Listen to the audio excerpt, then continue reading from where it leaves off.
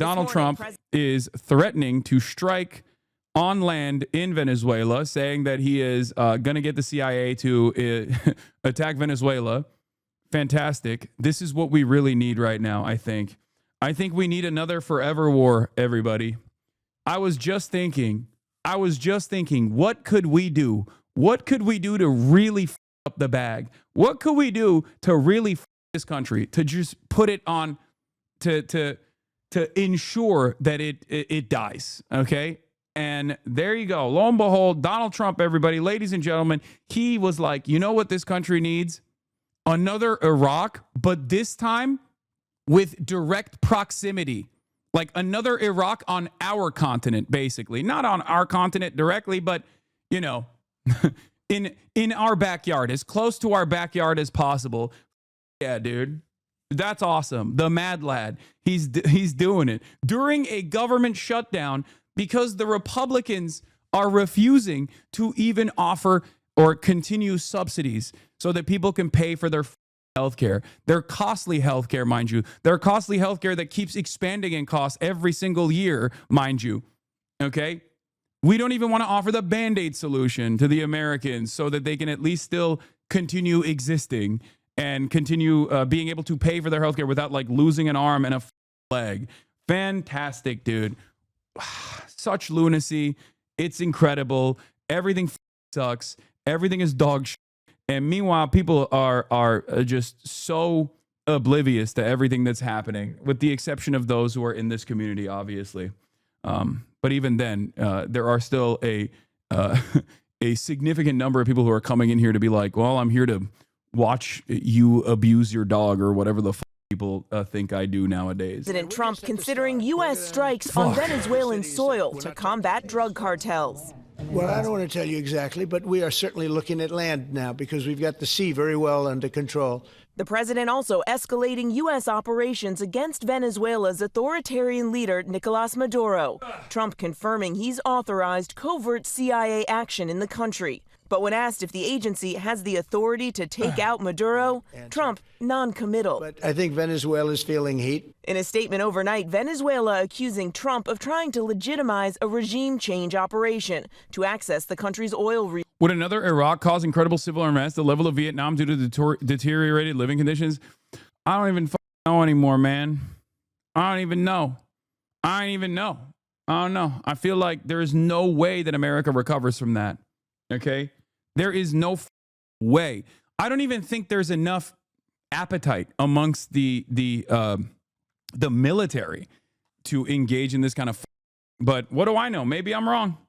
I do feel like there probably would be a lot more discontent. Like I feel like this guy is creating the conditions for an officer's rebellion. You know, like a thing that hasn't really happened in the United States of America in the past.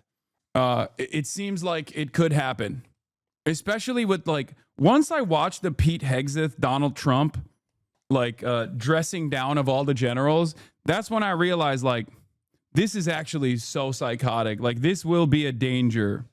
This I suspect will be a danger to the the Trump administration, unlike anything else. Because I think people discount how many generals are hyper libbed up, and they think that like the U.S. military represents positive values like defending democracy. A lot of people don't realize that like some of these generals, not every single one of these generals is like a general spider rapist or whatever who's just there to hawk Raytheon products on CNN. Some of those guys do unironically come from long-standing military families. They're very well read. They're huge liberals, and they think that like the American military is supposed to represent, protecting the American nation from tyrants and enemies, both foreign and domestic. So I don't think that like they're all going to be on board with like drunk rapist Pete Hegseth running around and being like, that's right, we got to listen to more podcasts and become more alpha dog. But who knows? Sources saying they would bring up the matter at the UN Security Council today. It comes after the U.S. carried out its fifth deadly. I mean, this is famous. Like General Milley defends military studies of critical race theory. I want to understand white rage. This is why they belittled him. Remember, they called him Marx Millie. They said he's woke. They say he's woke and gay because he was like, I read Mao and everyone should read Mao.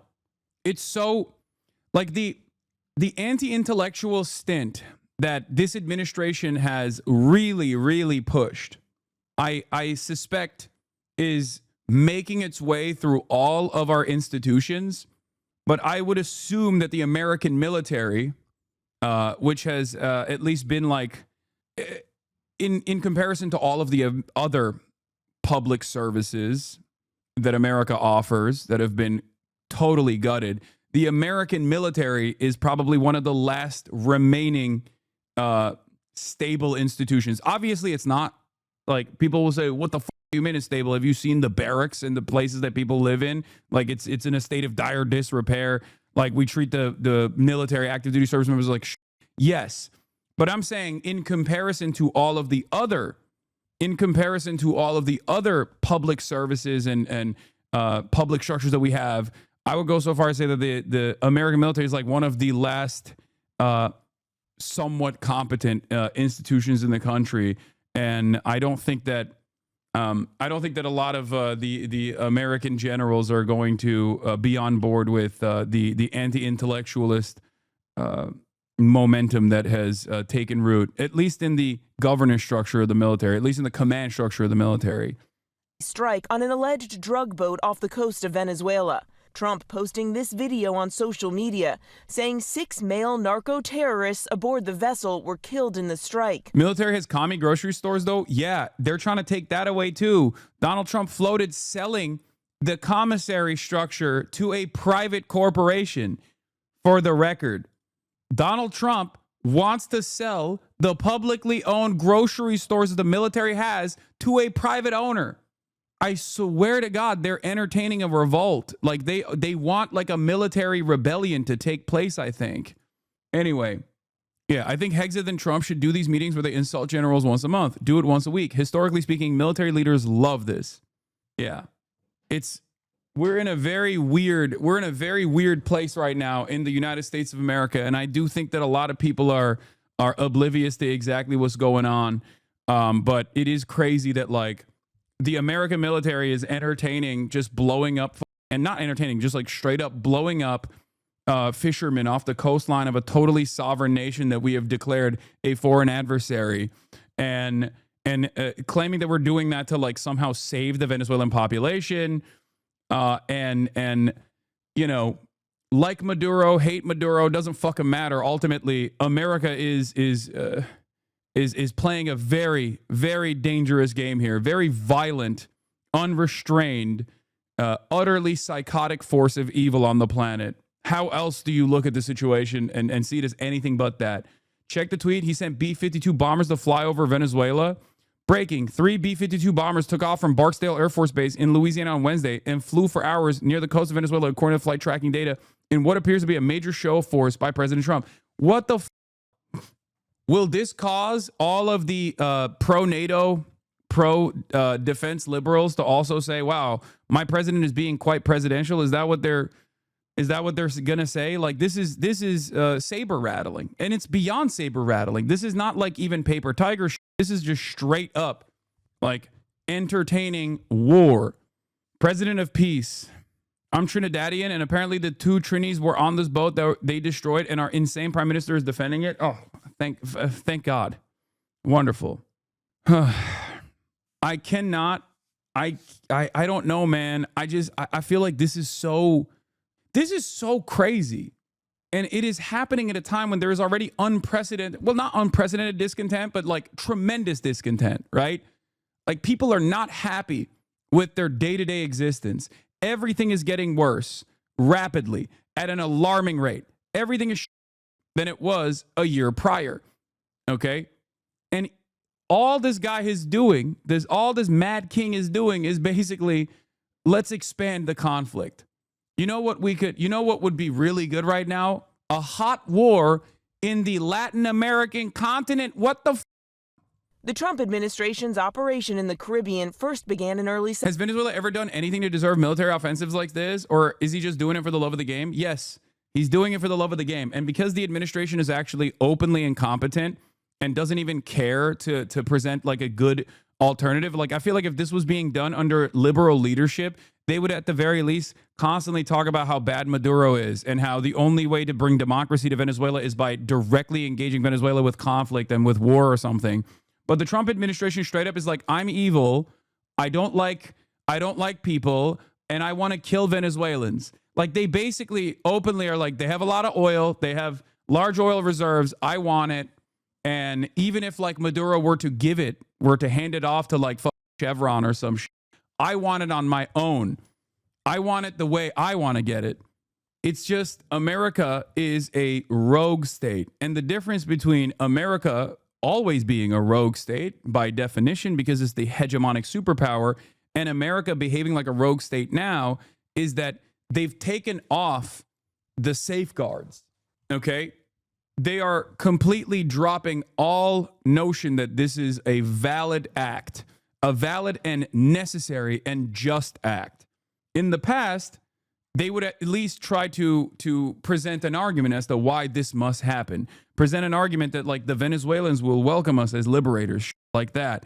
That's not happening anymore. There's no longer even a need for the admin. They're just like, nope, this is it. We're doing it. What are you going to do about it? That's the attitude. It's pretty crazy.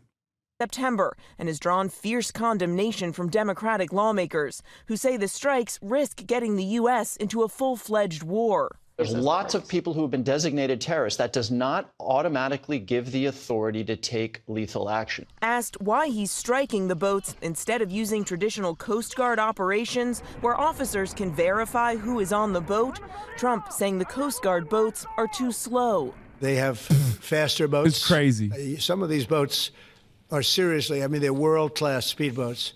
But they're not faster than missiles. Like, no one is even asking the question, like, why? We have no business being there, okay? We have no business. We have no business overtaking the territorial coastline of a foreign adversary. Like, that's crazy.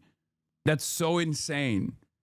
Like, the argument of narco-terrorism, like, combating narco-terrorism is so stupid and so hollow that, like, I don't even think most people who would be on board with militarism of this sort are capable of justifying this level of belligerency. So far, the administration has provided limited details and no evidence to prove that the 27 people killed were attempting to traffic drugs to the U.S. as they claim. So there's a 1 in 4 chance, it's crazy, statistically speaking, that one of these boats may not have had any drugs on it. We will never know because they were blown to smithereens. In a memo obtained by ABC News earlier this month, the administration told Congress that America is in a formal armed conflict and that drug cartels are deemed unlawful combatants. Now, the Venezuelan government has repeatedly denounced the U.S. strike, saying they are, quote, a pure violation of international rights. Maduro calling them, quote, aggression all down the line. But U.S. officials accuse Maduro of facilitating drug trafficking from Venezuela, a claim he denies. We have no business there, but what is Trump's business? What motivates him to do this? I think war is good for the war economy. Maybe it's Venezuela has massive oil reserves. It's not as good as like the Saudi oil, but still, this is a way to repackage the war on drugs that he's claiming he's doing, which is ironic because his administration's behavior, his administration's actions in terms of like interior removals, interior deportations, has actually restructured the entirety of the federal law enforcement apparatus to no longer focus on drug trafficking in general. That is also obviously not an apt solution for overdoses anyway. The most successful solution for overdoses was demonstrated by the previous administration, a focus on rehabilitation over incarceration for those who were addicted to drugs. Addiction being treated like an illness as opposed to being criminalized has been the most effective way to lower the number of overdoses. And yet, instead of doing that, this administration has decided we are going to go gung-ho on, the apprehension and the criminalization of drugs. Meanwhile, they're not even doing that anymore. They're just using drugs as a reason to do whatever the fuck they want. They've decided that like the new meta is claiming that like drug traffickers are terrorists, narco terrorists, and that they're combating terrorism, but on the narcotics front. They're combating narco terrorism. That's just the way they operate now. It's I don't know. It's just like a very it's a very shittily put together argument that doesn't make any sense and can't even withstand like a little bit of scrutiny because of the reasons that I just mentioned, right? If you want to actually combat overdoses on U.S. soil, because there's a massive market for drugs here, American drug consumers want the drugs. The best possible way to stop that is rehabilitation, not incarceration. The best way to stop that is by creating not a carceral structure to combat it, but instead to try to get people off these drugs, okay, and engage in harm reduction initiatives. And that has been the only successful method. It's worked in places like Portugal, obviously, with like decriminalization and the subsequent rehabilitative measures that take place. And it has worked in lowering overdose for the first time in the past couple of decades under the Biden leadership, as a matter of fact. And yet Americans refuse to reckon with that and assume that the only way to solve this problem is by bludgeoning it in the head with a goddamn hammer. And the Trump administration is taking advantage of the reactionary forces in American culture and in American society to expand on this, to say, oh, it's not even just that we are going to go after the drug traffickers. We're actually going to present drug traffickers as terrorists and use that as an opportunity to do foreign intervention, foreign entanglements, forever wars, moving away from the Middle East to a certain degree and moving into the South American continent, as though we haven't with Latin America as hard for many years at this point. You know, the moment that they have like a pink tide, is just we have to go back in there and we have to start doing direct military intervention. It's great. This video was shared with the world by President Trump. He said the US destroyed a Venezuelan boat ferrying drugs to America. 6 people were killed. Donald Trump calls them narco-terrorists. Now he's been astonishingly open about... We've talked about this already. I already gave you guys like the rundown a while back when this first started happening. But narco trafficking patterns are pretty clear, right? It doesn't happen. Like Venezuela is not a hub for drug trafficking. It never has been. There is no evidence whatsoever that these guys that the Trump administration is killing are actually drug traffickers in general. And even if they were drug traffickers, this is not the appropriate way to deal with that. You're supposed to apprehend them. You're supposed to, first of all, demand that Venezuela apprehend them. Okay. And if they don't apprehend them, you're supposed to track them and apprehend them with your own naval vessels. And after conducting a proper investigation, there is no world where you just start lasering random boats off of someone else's coastline. Like, that's ridiculous. And there isn't enough evidence. There isn't enough evidence that like Venezuela has been a major drug trafficking hub in. There has never been any evidence that Venezuela has been a major drug trafficking hub. There was like one idea that was floated many years ago. I dove into it extensively as far as like the claim that Chavistas and his like generals were somehow operating some kind of like narco trafficking hub, but it was just like a ridiculous CIA narrative that they presented that they dropped anyway because they were like, yeah, we don't really need this. Even if they were drug traffickers, it's likely that they're trafficking cocaine as opposed to deadly drugs like fentanyl. Despite Trump's claims, cocaine and marijuana are the only substantial drug shipments from Venezuela, and it is marginal as opposed to all of the other hubs. Drugs do not come into drugs do not flow into the American continent, the United States of America, inside of our borders through these kinds of random drops. They flow through regular ports of entry, okay? They come in cargo vessels. They do not come with go-fast boats. This is not like the cocaine panic, the cocaine cowboys era in Miami, okay? They come through airplanes and they come through cargo vessels. That's it.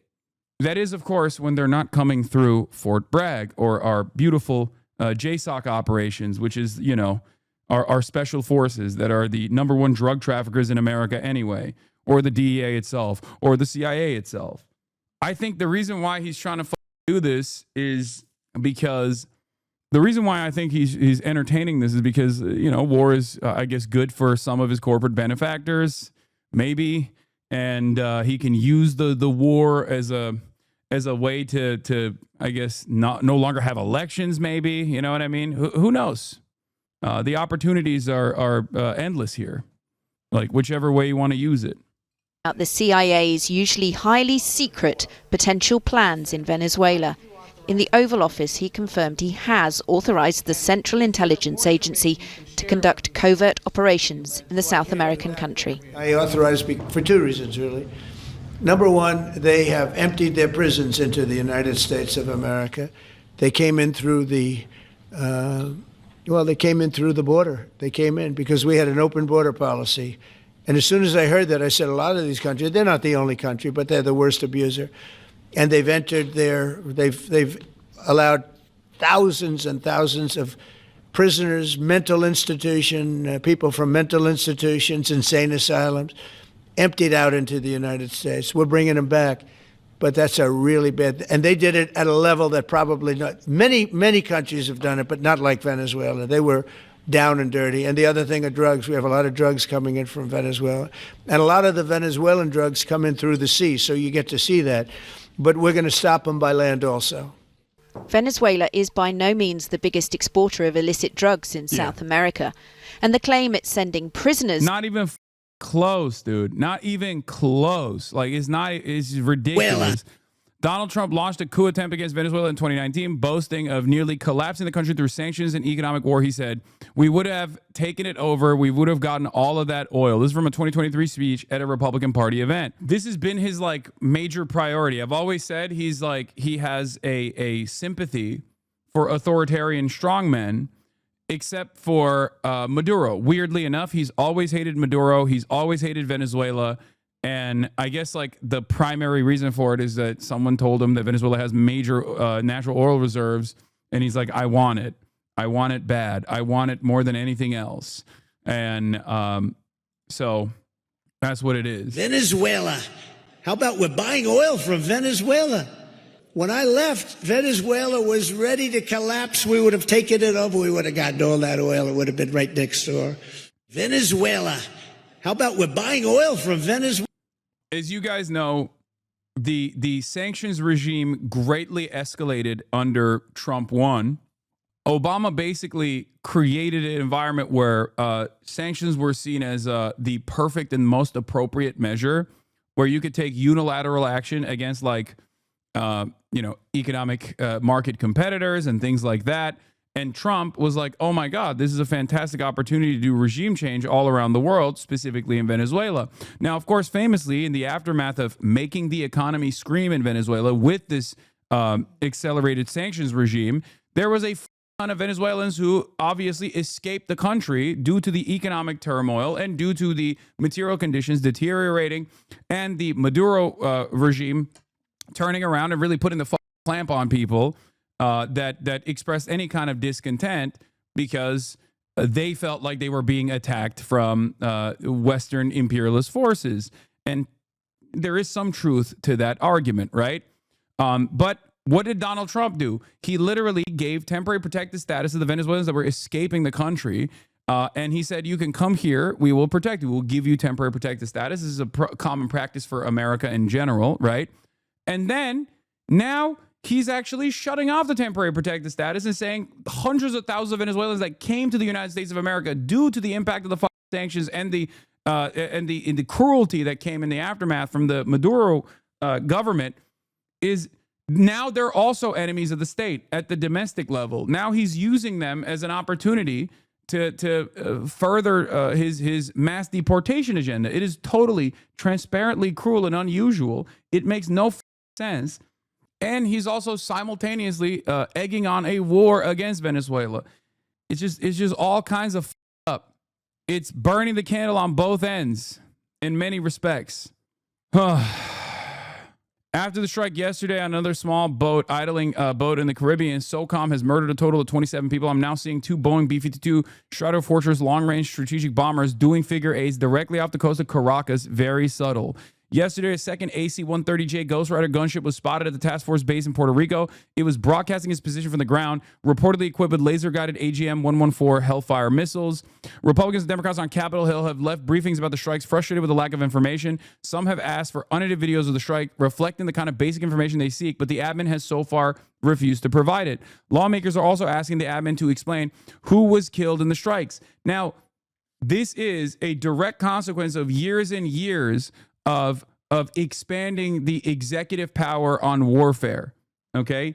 Back in the day, at least there was a process where even if all of the American government's forces, regardless of party loyalty, were united on expanding America's military adventurism in the global South, obviously there was still like some kind of process where you would have to show your work. You would have to prove why you were doing this kind of stuff, regardless of the ambitions of the Democrats and the Republicans both, right?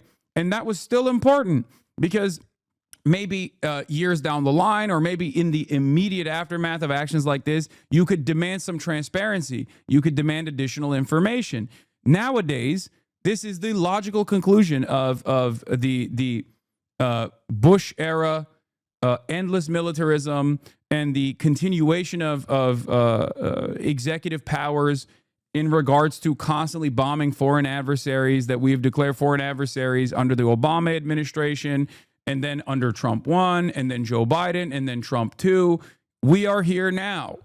This did not happen overnight, is my point. This has been going on for quite a while. Okay, this is the expected outcome. This is the design. Nowadays, the administration doesn't even choose to lie about why they're engaging in these sorts of actions, and they just say, no, cruelty for the sake of cruelty, what are you going to do about it? And they are not even accountable to the other politicians. There is no mechanism of accountability or transparency that you can hold the administration accountable with. There's nothing. They can just do whatever the they want. It's crazy.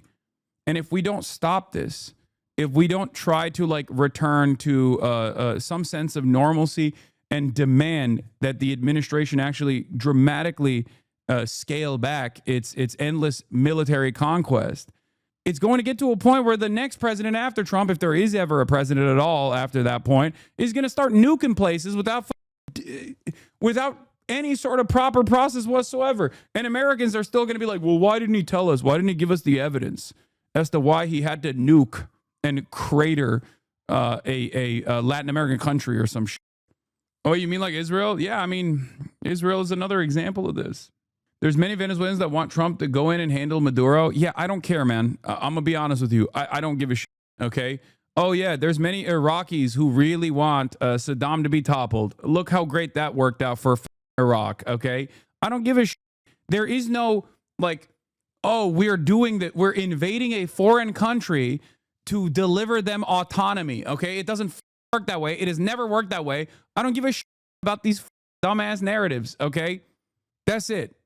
Yeah, they did this with Gaza. Oh, Palestinians hate Hamas. They're begging for Israel to intervene. Look how well that worked out. There is no world where this is actually a better outcome, okay? There is no world where this is a better outcome for the nation. It's so silly. It's so stupid. I cannot believe that people still advance this idiotic take over and over again. Okay, yeah, they tried the same with Iran. They said the same thing with Iran. They said the same thing with Iraq. They said the same thing with the Gaza Strip and Hamas. They always say the shit. They said it with Afghanistan. There has never been military intervention from a foreign superpower where the local population is like, thank you so much. Thank you for doing this. They did this with Vietnam too. This time it's different, right? That's what we're supposed to believe. This time it's going to be different. To the US is widely disputed. Since September, the US has attacked at least 5 boats in the Caribbean. The administration says it's in armed conflict with drug cartels. UN-appointed human rights experts say the strikes are extrajudicial executions. No war, just peace. Even as Venezuela... So many Americans call for the toppling of the authoritarian so-called President Trump. President Xi, deliver us freedom and prosperity. Hasan, I wonder if this example would fuck up Americans' eyes absurdity of that statement. Exactly. Like we jokingly say, President Xi, fire when ready, okay? But obviously, the reason why we joke about that is because we are the United States of America. There is no more powerful force on the planet than the United States of America as it stands currently. Okay, regardless of China's rise to power as a force in the international markets, it's still nowhere near the same level of military prowess that America has with 800 military bases around the planet. Okay, it's just not even a thing. It's not a thing. And therefore, when Americans are joking about that, we get to joke about that because we have the confidence of being the United States of America. Okay, this is not a sincere request, is what I mean. Now, some people in the chat will say, "No, I'm sincerely saying it." Okay, great, but like, ultimately, if such a thing were to happen, you would not be spared in that process. Do you understand? You would not be spared in that process. And as a matter of fact, a lot of Americans would lose their minds, would actually harden even further against a foreign incursion of this sort. And the same thing has historically happened in every single country that has been invaded by a foreign adversary, a much more powerful foreign adversary. Whether it be the USSR intervening in Afghanistan, whether it be America intervening in Afghanistan, whether it be America intervening in Iraq, whether America and Israel intervening in Iran as recently as this, the past couple of months. There is always the same like hardening of people's positions against foreign entanglements and foreign intervention. Can you stop pretending like this administration is to blame? Wait, what? This administration is absolutely to blame. But I also am very clear when I talk about this stuff. While this administration is to blame, make no mistake, this is an extension.